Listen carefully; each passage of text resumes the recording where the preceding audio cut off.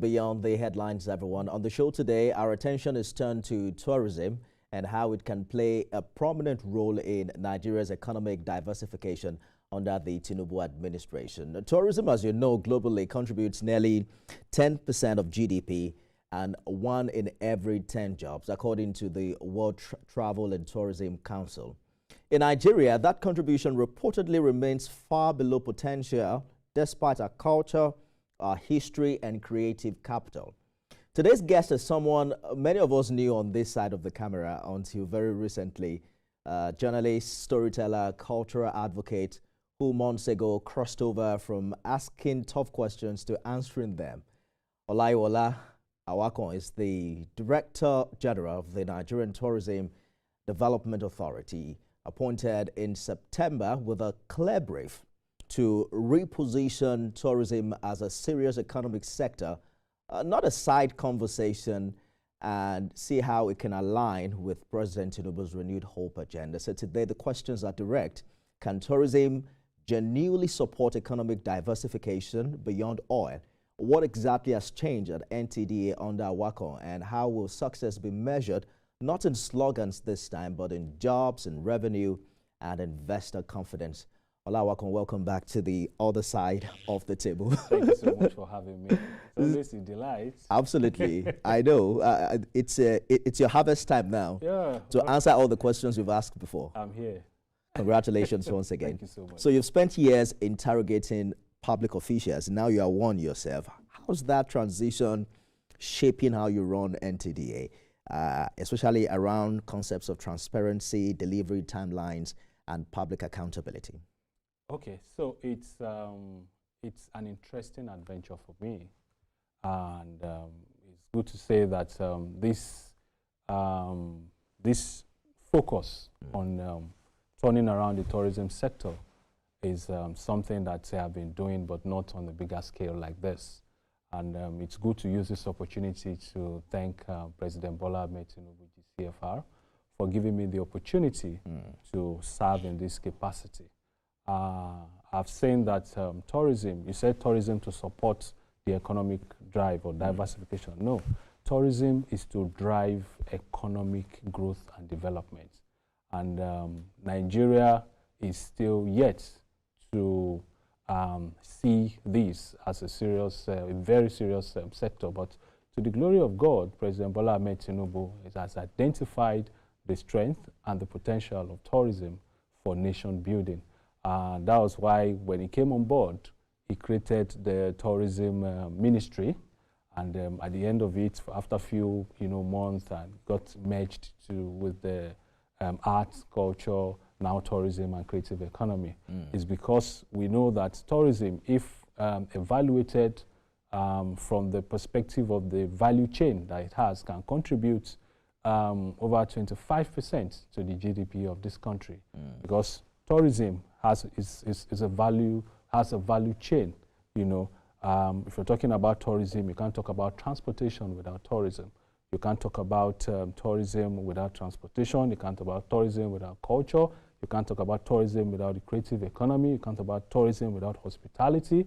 You can't talk about tourism without, name it. The value chain connected to tourism is huge.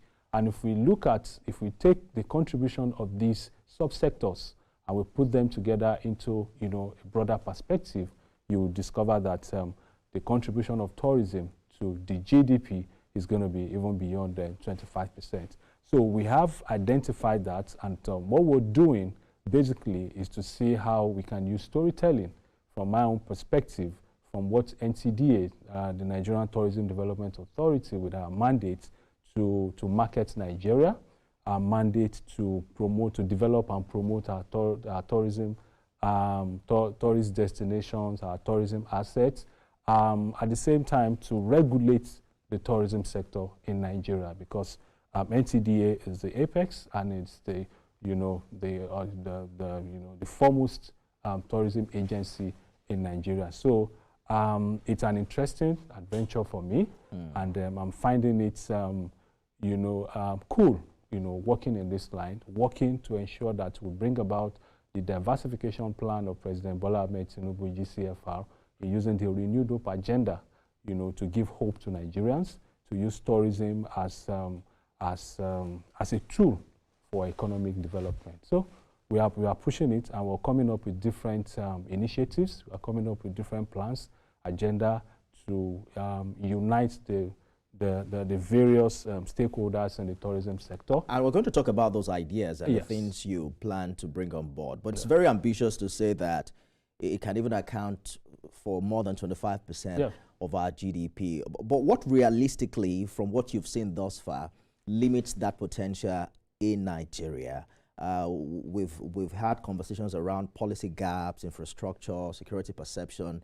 But within the few months that you've been there, what have you identified as the big problems? So I think the major challenge that I've seen is lack of collaboration. There's been these efforts, all the efforts that you have seen in the development of tourism in Nigeria so far has been in staccato. Different bits by bits by bits, individuals have been doing their parts, the government, doing their parts, private sector doing their parts, and everything, just working in silo like that. But that gap needs to be, covered. We need to work in synergy. We need to collaborate more, and that is one thing I am using the NTDA to achieve now. We've started a kind of collaborative effort between the public sector and the private sector, because President Bola Ahmed Tinubu is keen about public-private partnership, and that is what we're doing. The collaboration between NTDA and FTAN, that's the Federation of Tourism Association of Nigeria, which is the arm that handles the private sector, is very key. So I think there's been this disconnect, which we need to bridge. If we bridge that gap, tourism sector is more of a private sector-driven economy. When I say that, some people say, no, I shouldn't say that. Yeah, the government has a lot to play in terms of just hold that thought for a minute. Let us go on a short break, and then when we return, we're going to shed more light on some of these areas and help Nigerians understand precisely what the status is for the NTDA and what the plans are for the future. Stay with us, everyone.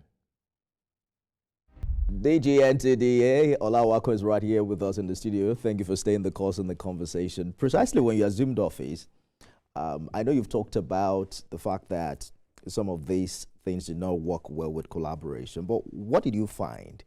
A sector lacking direction? Was there an issue with funding, data, or political priority? Because you are first a journalist. And based on what you found, what did you decide has to change first? Okay. Yes, I was first a journalist, and I always say I was first a journal thespian. As a journalist and someone who is vast in the creative sector, and as a culture enthusiast, as a tourism promoter as well, I discovered that beyond this, funding is key. Like I was talking about partnership, public-private partnership is something that is very important. The tourism sector is private sector driven. And the reason I say that is if you see some laudable projects, in the tourism sector that have, been there, maybe tourist destinations and all that in the past. Some of these were initiatives of some governors from some of the states, and maybe because of the low involvement, of the private sector, when they leave, it's like the initiatives live with them, and then those destinations just become a shadow of, of themselves.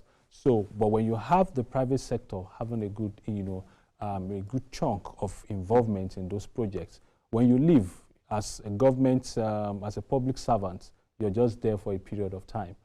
For me, just 4 years, maximum if I get reappointed, maybe to 8 years. After that, I leave. But those who are in the private sector will not leave their businesses, will not leave their job. So if you allow them to have a good percentage of involvement, a reasonable percentage of involvement in these projects, when you leave as an individual, they continue, and that thing continues like that. But if you take a greater chunk of it to yourself, when you leave, it's like you're living with the project. That's one thing I've identified. And as it is, we're doing a lot of, collaboration with the private sector. For instance, I was talking about the FTAN, the Federation of Tourism Association of Nigeria. We're doing a lot with them. Before the break in October, in November, December, we did we inaugurated a committee to look into how we can have a good participation in international tourism markets. And it has never been done that we have a committee comprising of the private sector and the agency driving it, and also the ministry. And this is the first time we are activating that. So that's one gap that we're trying to fill, and we start seeing the results this year. Another thing I've identified is Nigeria is a macrocosm of stories. I say this because if you want to tell stories with our cultural assets, with our heritage and all our tradition in this country, we can tell stories for 365 days without repeating a particular story. That is how rich we are in storytelling because of our, value system, our, how we exist as a people. That's one of the things we have identified. So as a plan, what we're doing is to see how we can turn around these tourist destinations, how we can turn around our food, how we can turn around our vibes into stories that will excite, that will, interest and will invite and arrest, the international tourists of this country so that they can spend their money here. That's what we call, outbound tourism. Going out, when they come in local tourism or domestic tourism, as we call it, is inbound tourism. So we are doing a lot in this regard to use storytelling, to promote tourism development in this country. So that's also an aspect that we're doing. We're coming up with different initiatives. With that storytelling of a thing, I always, cite an instance of Ile-Ife, for instance. You know that Ile-Ife in Osun State, they have festivals that they celebrate every day for 365 days without a day. That's just, like a break out of the 365 days. So if Ile-Ife alone in Osun State could have 365 days without just a day celebrating festivals, now imagine the entire Osun State. Now imagine the entire Southwest. Now imagine Nigeria. You're saying there's a great potential there. Yes. And I know that you've also argued strongly for this culture-led tourism. The question, however, is how do you move these festivals and creative events from mere symbolic celebrations to actual revenue-generating tourism products, bring it to such a stature that can now begin to attract foreign tourists? So I think festivals, they are beyond jamboree. Now, let's look at the just concluded Eyo Festival in Lagos State.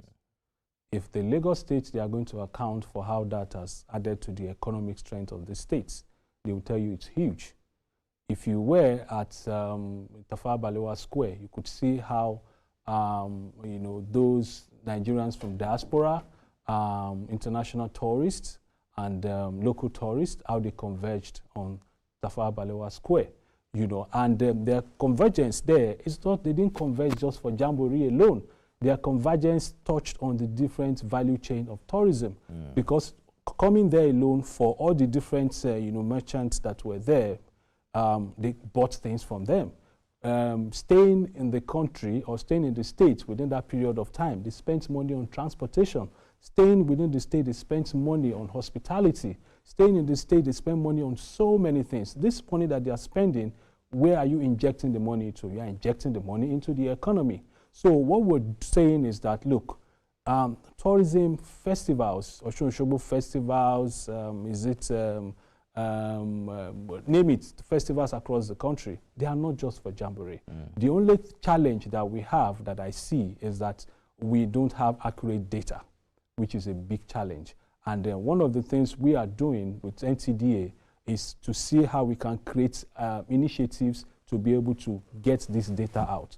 One of it is we are creating an initiative to see how we could start appreciating these festivals, given, well, possibly at the end of the year, we say, okay, this is the best festival this year. We give categories and we give them awards. And these awards will be given by the president himself. So when these awards are given, imagine, for instance, maybe one of these festivals, maybe Osun Osogbo is given, receives, or Arugungu Fishing Festival, or any of this, receive the best festival, for this year. Now, imagine the turnaround at that festival the following year, because people would want to know why this festival is receiving the best festival. So when you do this, you are encouraging other festivals to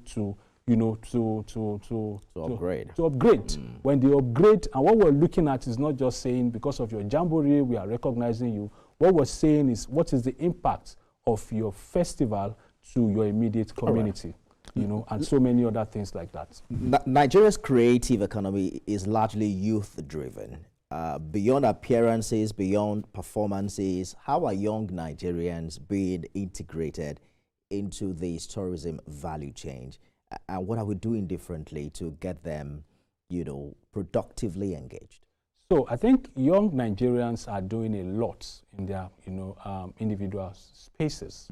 If you see this, the level of sensitization, the level of awareness in terms of tourist destinations on the social media, you could see that there are content creators who have even gone, to places that the traditional media have not been to say, look at this desert. Do you know that this desert exists where in Nigeria? Do you know that this? So these are individual efforts. And what we have done is to see how we can recognize the efforts of these individuals who are doing this in their own individual rights. By the time we recognize them, we give them that recognition and we put them into the categories of, awards that we're doing. It gives them that sense of belonging that, look, we may have been doing this on our own, but the government is recognizing our efforts in this industry. So that is one. Then secondly is, you know that when we're talking about tourism, we're talking about the information that you get from tourist destinations that you go to. You get them more from tour guides. So what we're doing again is, that's the first port of call when you go to any tourist destination. We want to see how we can rebrand, the idea of tour guides in Nigeria. Because when you rebrand them, we want to use the opportunity to make sure that we have the accurate data of tour guides in Nigeria. When we rebrand them and you go to a tourist destination and you see a tour guide who is giving you the right, who has the right ambience, who has the right physique, who has the right information and has a good command of English and more is like telling an you ambassador. About ambassador, you understand? You will get captivated. Indeed. And by the time you leave, you tell other people to come and there's that multiplier effect. So beyond that, we are doing other things too. Storytelling I talk about, we are trying to collaborate with sister agencies like NTDA, like NCAA, because we know that, look, when you come into Nigeria as a tourist, the first place you get to is the airport.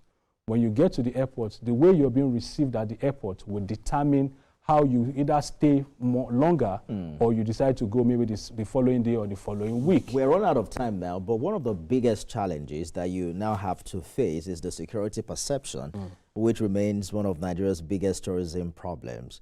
I had spoken with a Nigerian in diaspora about perception of Nigeria in the U.S., given the admittance from President Trump, the way he had crafted the story on the attack on Sokoto and what have you. Precisely, how do you intend to improve visitor confidence, and manage the reputational risk internationally? Okay, so these questions, people pose these questions to me most times when I have opportunities like this. And what I say is, Nigeria is not a country that has a country with security challenges alone. Other countries of the world have security challenges. But what differentiates other countries from our country is the fact that we do more of the marketing of our country more than other countries. Yes, no one is saying that we don't have pockets of insecurity here and there. But I tell you that the responsibility of the government is to address this, and which I think and I know that the government is doing its best in this area. Regardless of that, what we need to do is to,